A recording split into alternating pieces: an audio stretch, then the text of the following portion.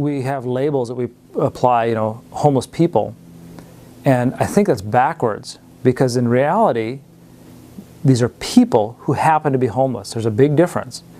And when we apply that title of homeless people or homeless person, that kind of takes away from the fact that this is a person. And this isn't some guy, this is Joe. And Joe has a story, and Joe has history.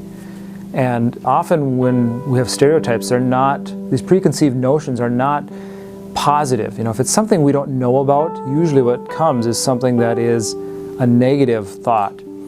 And the only way to really get beyond that is to get to know someone who happens to be living in a homeless situation. You know, before I came here, and before I ended up, I shouldn't say ended up, but came into a homeless shelter, I had the same misconceptions.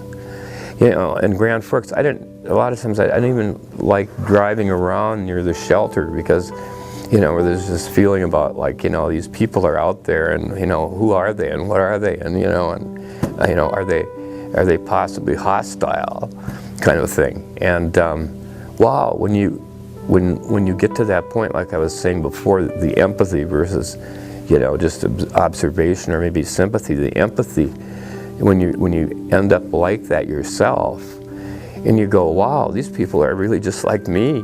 Sometimes people, they just can't believe it. I mean, they get the shocked look, like, I mean, you're a chemistry teacher, you know, you're Walter White, you know, and they just can't, you know, they can't put the two together, that I'm in a shelter, you know, and I was teaching organic chemistry.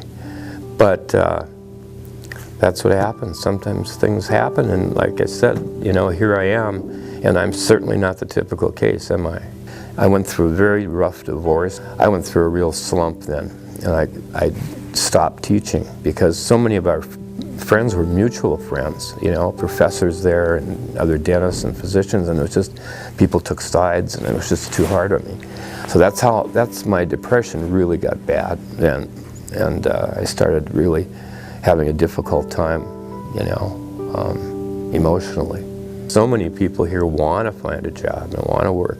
They'll ride their bikes 5, 6, 7, 10 miles in this kind of weather just to get to their job and back, you know. I just didn't think people would do that.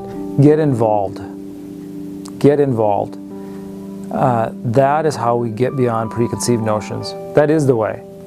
Because if I don't ever care enough to do something about a situation, doesn't mean you have to come into it with the thinking you're going to fix it. But get involved and care and do something and realize that, you know what, there's a lot of folks in our community who need a little bit of help, but also they're really no different than you and I.